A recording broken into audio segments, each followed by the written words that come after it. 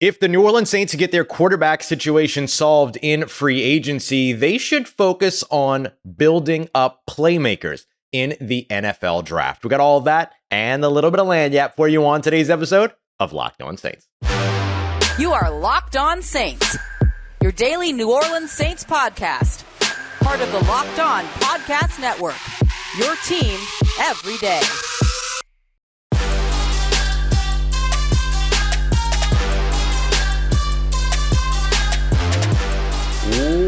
What is good, Who Dat Nation and Who Dat family? Welcome into another episode of Locked On Saints, your daily podcast covering your favorite team, the New Orleans Saints, part of Locked On Podcast Network, your team every day. Thanks so much, as always, making Locked On Saints your first listen of the day every day. Don't forget, we're free and available on all podcast apps and on YouTube as well. And I'm your host, Ross Jaxon, at Ross Jaxon Nola on Twitter, your New Orleans Saints expert, credential member of the media, CrescentCitySports.com, USA Today's Saints Wire, Tuesdays on Locked On NFL, and here with you every single Monday through Friday and then some on Locked On Saints. On today's episode of Locked On Saints, we're going through some listener mock drafts because somebody hit an absolute home run with just a 3-round mock draft. So we'll take a look at that and another big time winner. Then we'll take a look as well at a potential number 1 overall recruit making his way to New Orleans in the NFL draft. I'll tell you who it is and why they're a good fit. But first, what's the most exciting thing that the New Orleans Saints can do in this year's NFL draft? And I asked this question because I'm going to be honest. The Saints did some exciting things last year, right? We weren't really sure. People weren't really sure about the Alontae Taylor selection in the second round up until we saw him out on the field and it was like, oh, okay, we get it. But in the first round, there were a lot of things to be excited about. I did an episode the night of the first round after they traded up for Chris Olave and selected Trevor Penning, talking about how the Saints just knocked it out of the park. And I still believe that. I know we didn't get to see much of Trevor Penning because of the injuries. He had the toe injury to begin the season, had the Liz Frank injury to end the season, unfortunately. But those were still exciting selections between he and Chris Olave in the first round. We all know how good Chris Olave turned out throughout 2022, looking to take a step forward in 2023. So now, thinking about the sort of exciting things that the Saints could potentially do, who are some of the most exciting prospects that they could land in the first round, whether they stand pat at 29 or potentially move around, as well as we know the New Orleans Saints are apt to do. So I've got 10 names here for you that would personally excite me if the New Orleans Saints selected them. But of course, this show is about you. So I want to also hear from you who you believe would be the most exciting selection. Now, of course, I'm going to keep this pretty simple. I've got 10 names for you that are non-QBs, right? Because we know any quarterback that they traded up and drafted, whether it be Bryce Young, whether it be Anthony Richardson, even Will Levis or CJ Stroud, if they trade up and grab one of those 4 guys, it's going to be exciting. To an extent, if they stay at 29 and they draft a Hendon Hooker who's gone through the combine, who's gone through some workouts, who's gone through, if he gets there by the end of March, as we understand he will, as if he's gone through all the medicals, everything looks really good, and then he'll be ready for training camp, then boom, right? That is very exciting. So let's focus on the non-QBs here. So I'm going to start off on wide receivers because this is what the Saints did that excited everyone last year. Traded up, made sure that they got their guy. They went into last year's draft knowing they wanted to leave with Chris Olave, so they made sure that they went and got him. Yeah, they moved around in order to make it happen. Some folks will tell you that the trades weren't worth it because they're looking at it all in a vacuum. Whatever, none of that matters. They got the guy that they wanted. That's what you're supposed to do in the NFL draft. And so if they wanted to follow up on that, they could comfortably move around here in the first round to get in position of really any of the top wide receivers that they want. Let's start off with TCU wide receiver Quentin Johnston. Big-bodied guy, probably exactly the mold that the Saints could be looking for, especially if they end up moving on from Michael Thomas or they want to have somebody ready in place of Michael Thomas. The Michael Thomas situation is one that's going to be really interesting to see how it all works out. They've already saved the money on his contract for 2023. Are they willing to let the guarantees set in for 2024, or are they going to try to redo that contract again with him and keep him in New Orleans, or will they end up moving on from him? There's effectively 3 options that the Saints have. 2 of them include him staying on the team. So we'll see how it all goes. It does look more like it's headed towards a split, but we'll see, right? None of us are fortune tellers at this time. But Quentin Johnston could be somebody that you draft whether you keep Michael Thomas around or not, so you have somebody for your post-Michael Thomas days, right? So I really like what Quentin Johnston can bring as a guy that could be a top 15 selection. So you got to take a big jump in order to get him. But hey, if you decide, just like Chris Olave, that he's worth it, then he's worth it. USC USC wide receiver, formerly Pitt wide receiver, Jordan Addison, as well as Ohio State wide receiver Jaxon Smith-Njigba. Both of these guys would excite the living crap out of me, especially Jaxon Smith-Njigba. You want a contested catch guy that can be a threat downfield at all three levels, that can run, the underneath routes if you wanted to, that can create after the catch. He does it all. Jordan Addison's up there as well as a guy that, is probably going to measure in around 6 foot by the time that the combine rolls around, but plays much bigger than that, can be a contested catch guy for you as well. Doesn't have the same kind of breakaway speed that Jaxon Smith-Njigba has, but he's not slow by any stretch of the imagination. You'll see that at the combine. Let's roll with two more wide receivers here. Zay Flowers out of Boston College, adding him in with Chris Olave and Rashid Shaheed.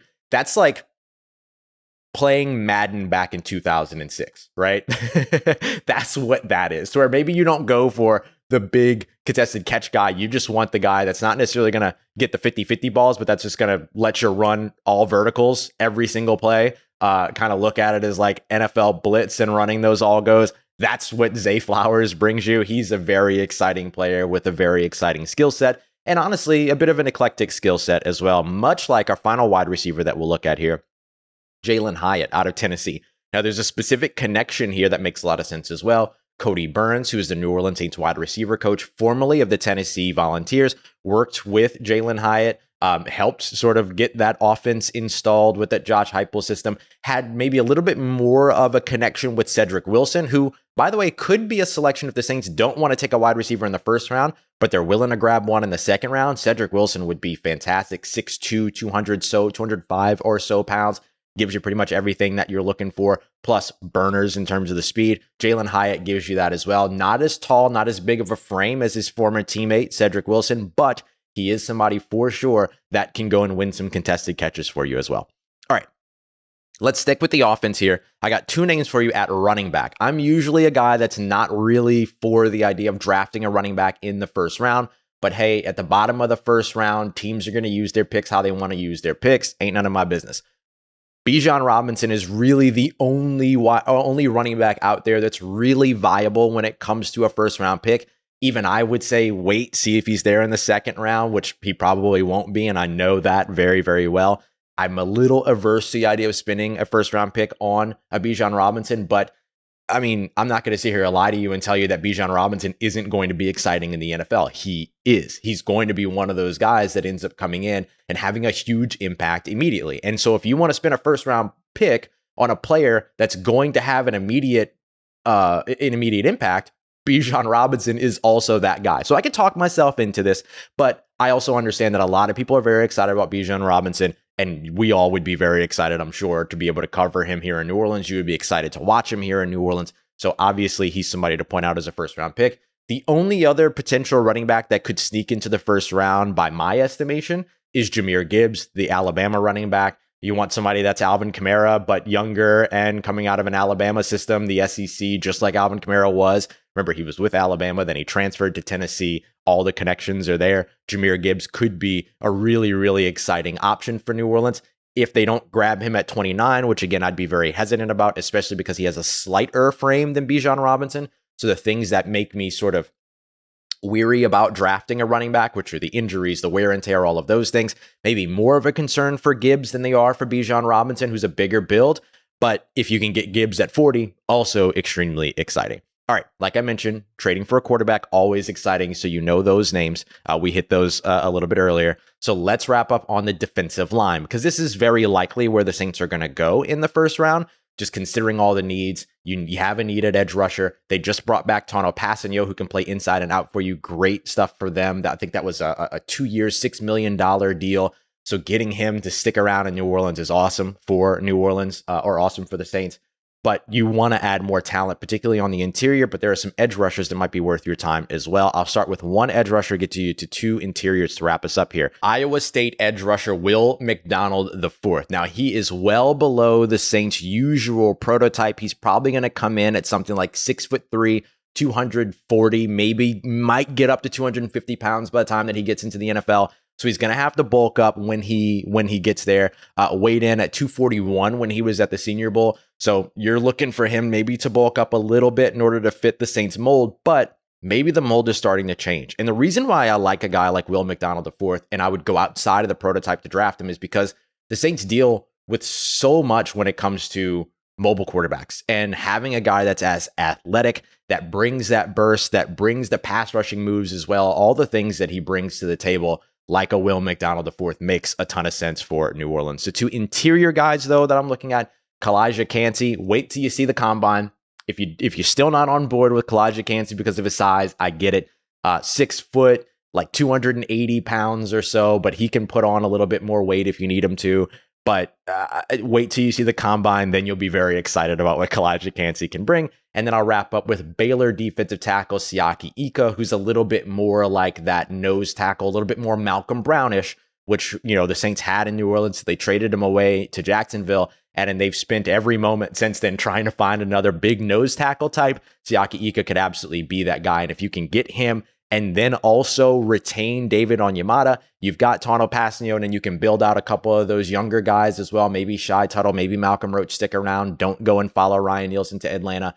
Then you have completely rebuilt your interior defensive line with one addition, which is really, really solid for New Orleans. So those are 10 names that could be extremely exciting for the New Orleans Saints were they to land them in the first round of this year's NFL draft. Make sure you send me your names. Who would you be most excited about in this year's draft as well? Coming up next, what about getting a former number one overall college recruit here in New Orleans? They can get it done, and I'll tell you how here in just a moment as we continue on with today's episode of Locked On Saints. In today's episode of Locked On Saints, brought to you by our friends over at FanDuel Sportsbook, America's number one sportsbook, the NFL's official partner when it comes to sportsbooks as well. Because right now, I want to tell you about what you can get as a new user. So if it's your first time and if you're a new customer to FanDuel, you can get a no sweat first bet of up to $1,000. That's bonus bets that you get back if your first bet doesn't win, which means that there's no losing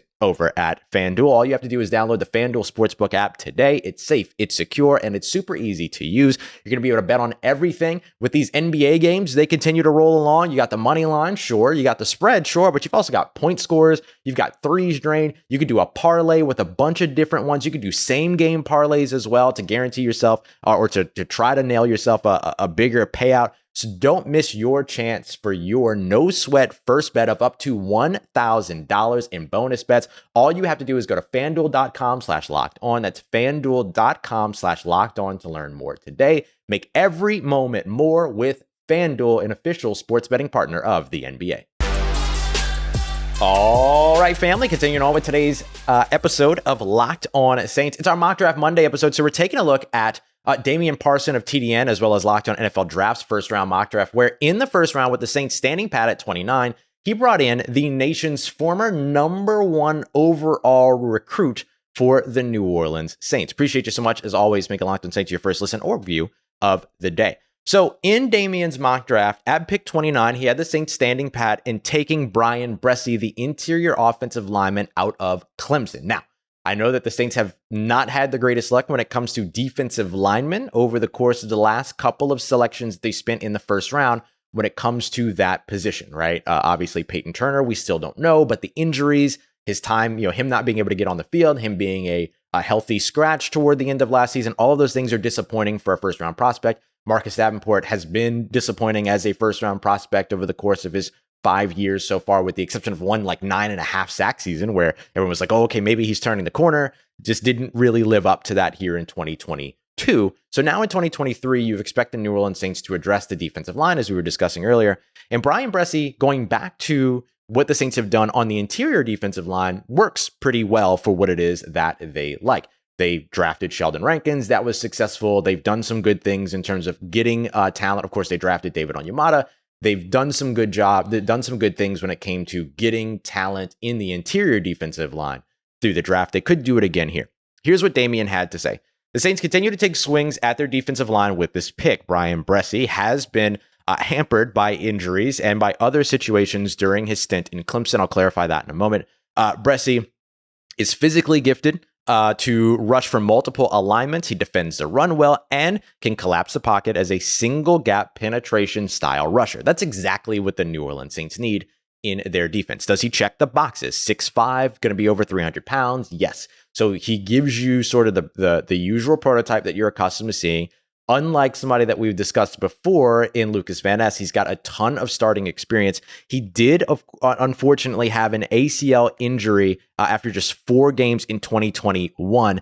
And then the sort of nod to the other thing that Damian was mentioning here is that in 2022, he played 10 games that followed the loss of his younger sister, Ella, who was battling cancer and passed in September. So that's what that acknowledgement is. It's not like an off-field issue thing that he had to battle through or anything like that. It was, but it's not like he went out there and got in trouble, right? It was something that he was dealing with from his personal life. So, he declared for the NFL draft in January, so he was very ready to come out. Bresee has logged a total of only 9 sacks in his career, 15 tackles for a loss, but do remember that he's rushing from the interior, so sack numbers aren't really indicative of what it is that he does as a whole. Also, keep in mind that he was sort of reduced to playing a bit of I want to see how Damian described it here, that he basically ended up playing a heads-up rushing position from the interior that oftentimes was over center. So that ended up kind of reducing his ability to be impactful. But what he would be very good at is being used as a penetrating 3-tech or B-gap rusher. So what that means is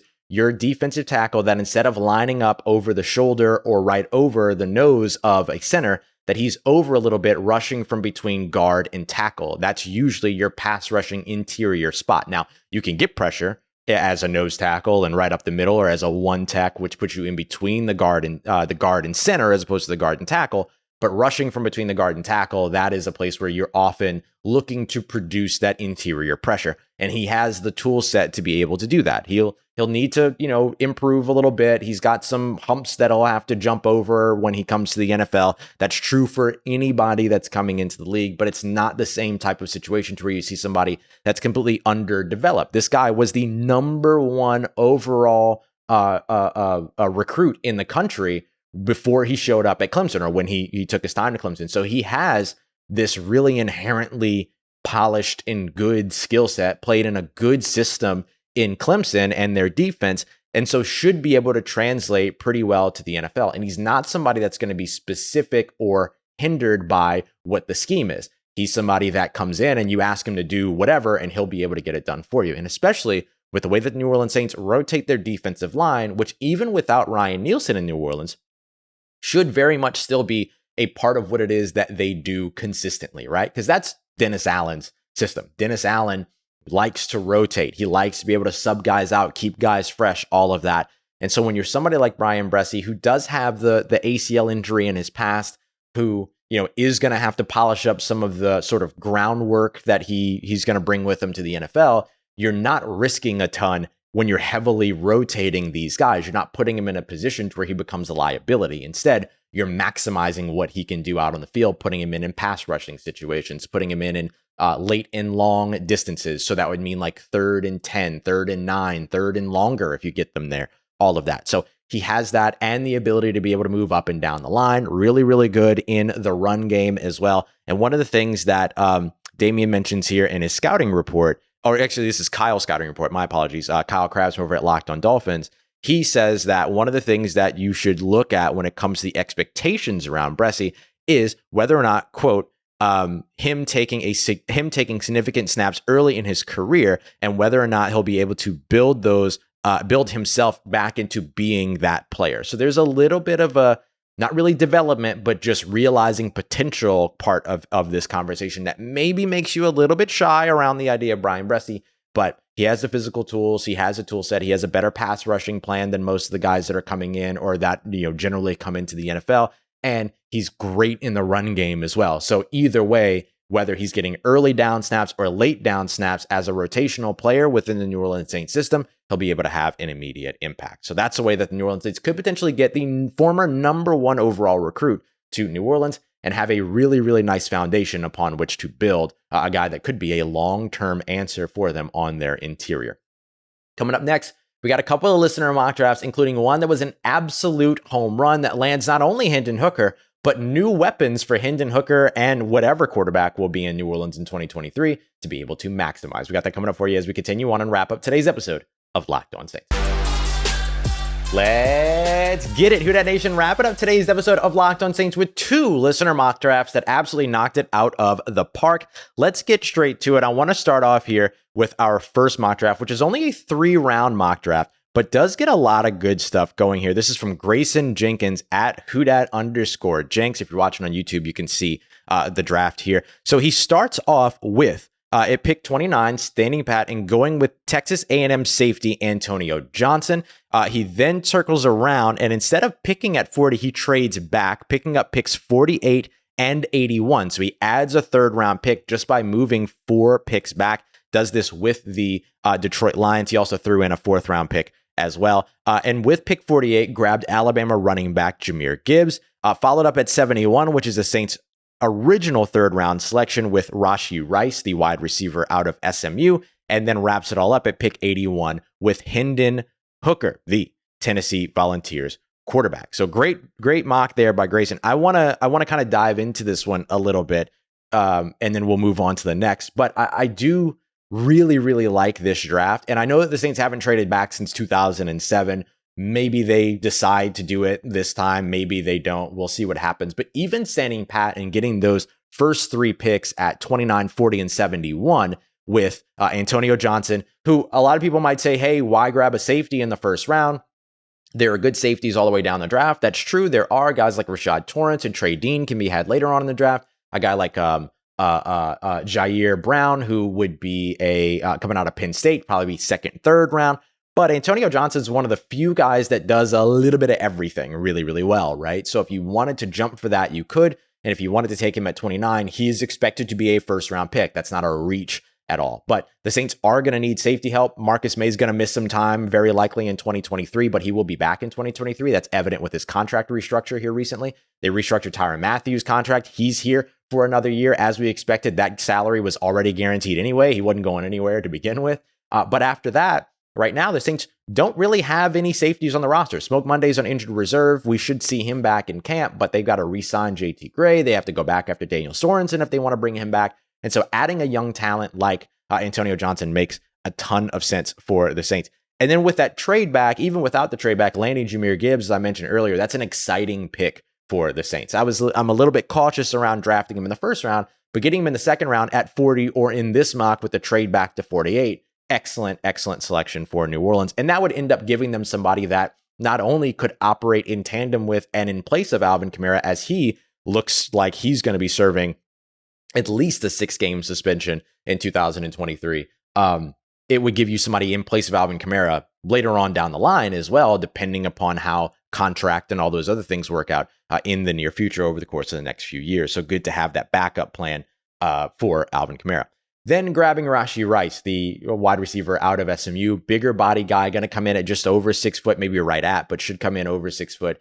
Weighed in, pretty well at the Senior Bowl, had great performances at the Senior Bowl, contested catch guy, big body, box out type guy, all that. Probably not somebody that's going to be a full-time, 3-level threat, but he can push a little bit if you need him to. But him operating underneath and in the short and intermediate areas would be great. Really reliable hands, all of that. So he would be a really good selection for New Orleans. And then, of course, being able to still land Hendon Hooker, the quarterback out of Tennessee, with that 2nd, 3rd round pick at pick 81, absolute steal for the New Orleans Saints if that were to be the case. So that's a hard one to argue with. Not one that I'm going to argue with, one that I'm going to celebrate instead. I think this one was an absolute home run. And again, that is a early start to this draft, right? So that's the piece that makes that really exciting. Okay, let's move on to our next. All right, our next mock draft here is a full 7-round mock. We'll really focus on kind of the first 4 or 5 picks here, and then we'll narrow down the remaining list down there at the bottom. But starting off with running back Bijan Robinson at pick 29 in the 1st round, showing you this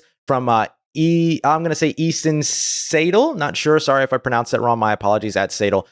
Easton on Twitter, SEIDL. Not, like I mentioned, I wanted you to see a mock draft here that has a running back in the 1st round because you won't see many from me. So getting more perspective here is exactly why we do these listener mocks. Edge rusher Tui Tuipulotu out of USC in the 2nd round at 40. Interior defensive lineman, out of Florida, Javon Dexter coming in at 71. And at pick 115, you've got Xavier Hutchinson, the wide receiver out of Ohio State, another big body contested catch type guy. In round 5, the 2 picks there, Rashad Torrance, the second, as well as Emil Ekiyor Jr. We've spoken about both of these guys extensively on the show, like them a ton. Pick 229, you get a nice special teamer out of Western Kentucky in Khalif Hallisey, and then Dante Stills, the West Virginia interior defensive lineman, who was a guy that, like, for a long time was considered to potentially be a potential first round pick or like an early, like day 2 pick or something like that. And now it's just kind of fallen down. He's a little bit, there were like the size question marks and things like that. But to be able to grab him at round 7, knowing that he's had all of this talk before and, all the things that he could potentially turn into and what the expectations were for him early would be really, really nice for New Orleans, because it just kind of helps you continue to build out that interior defensive line. All right. So the top 4 picks are the ones that I really want to focus on here. So starting this draft off with Bijan Robinson, again, that's one of those ones that we highlighted as being one of the most exciting selections that the Saints could make here in 2023, regardless of my personal preferences about drafting running backs high. I also have a personal preference of not drafting tight ends in the first round because tight ends very rarely become immediate impact players. Bijan Robinson does not check that box. He is an immediate impact player. So taking him at 29 is one that I won't have my biggest gripes about. And you don't know how much longer you've got Alvin Kamara. You don't know how much you're going to have him in 2023. You don't know what you're going to be able to find in free agency when it comes to running back. I know I did an episode on Friday about Tony Pollard. Does he ever actually get out of Dallas? We'll see. He's got to want to leave Dallas in order for that to happen. Completely possible, but we'll see what happens. So landing somebody like him or Rashad Penny or, even, trying to bring in somebody else that's maybe not got a ton of run in the NFL, like a Dearness Johnson, could make a lot of sense for New Orleans. But you want somebody that can run between the tackles and then be really exciting next to Alvin Kamara. Bijan Robinson's that guy. Tuli Tuipulotu, getting him in the second round probably feels a little bit better than getting him in the first round, but he has produced quite a bit as an edge rusher and as a defensive lineman. I like Tuli Tuipulotu a lot. I think there are a lot of people who, if he was drafted in the first round, would try to give those comparisons to Marcus Davenport and Peyton Turner. But then if he was drafted just 10 picks later, we'd be talking about him as a steal. So getting him at 40 probably logs him into that second spot, as opposed to not being held to the unfair sort of lack of development of the other guys that are around.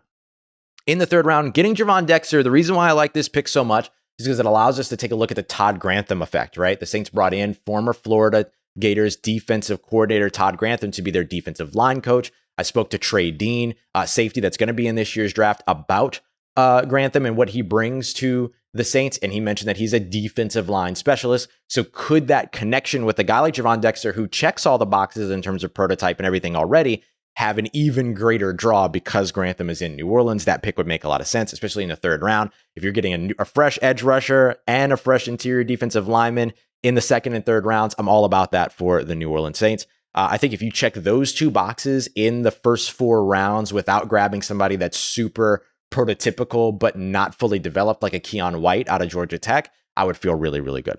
And then wide receiver Xavier Hutchinson at 115, as I mentioned just a second ago, somebody that absolutely is like your contested catch, big body guy, can be a good blocker for you, comes from that run heavy, conference of the Big Ten, outside of course, Ohio State and all that, and also can go out there and win some 50-50 balls for you as well, despite how much Iowa or Iowa State might run the football.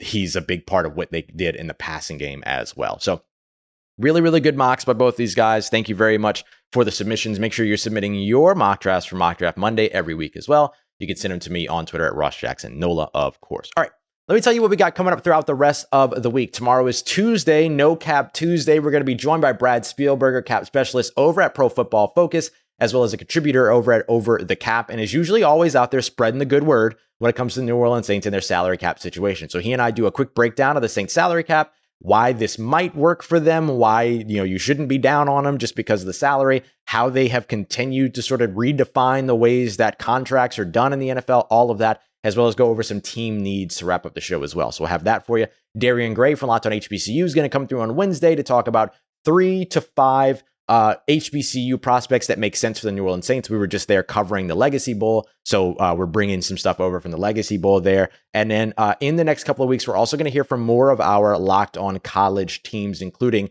we'll bring in Brandon Olson from Locked on Gators to discuss a little bit of the Todd Grantham effect and how, which defensive linemen or defenders that could potentially pull from Florida in this year's draft. So we got a whole bunch of stuff coming up for you here throughout the week. Don't miss Brad Spielberger tomorrow at PFF Brad on Twitter.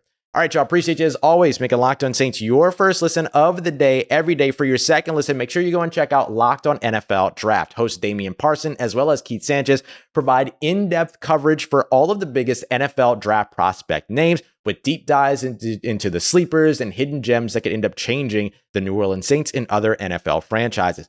Find Locked On NFL Draft wherever you get your podcasts and on YouTube as well, part of Locked On Podcast Network, your team every day. Thanks so much as always for making Locked On Saints a part of your day, part of your routine, for saying yes to me and the show. As always, if you see me, say hi. And if you need anything else around your New Orleans Saints, make sure you follow me on Twitter, all at Ross Jaxon, NOLA. Hit me up. Let me know how the family's doing. Let me know how you're living. Let me know how you're momming them. And trust Who Dat Nation. I'll holla at you.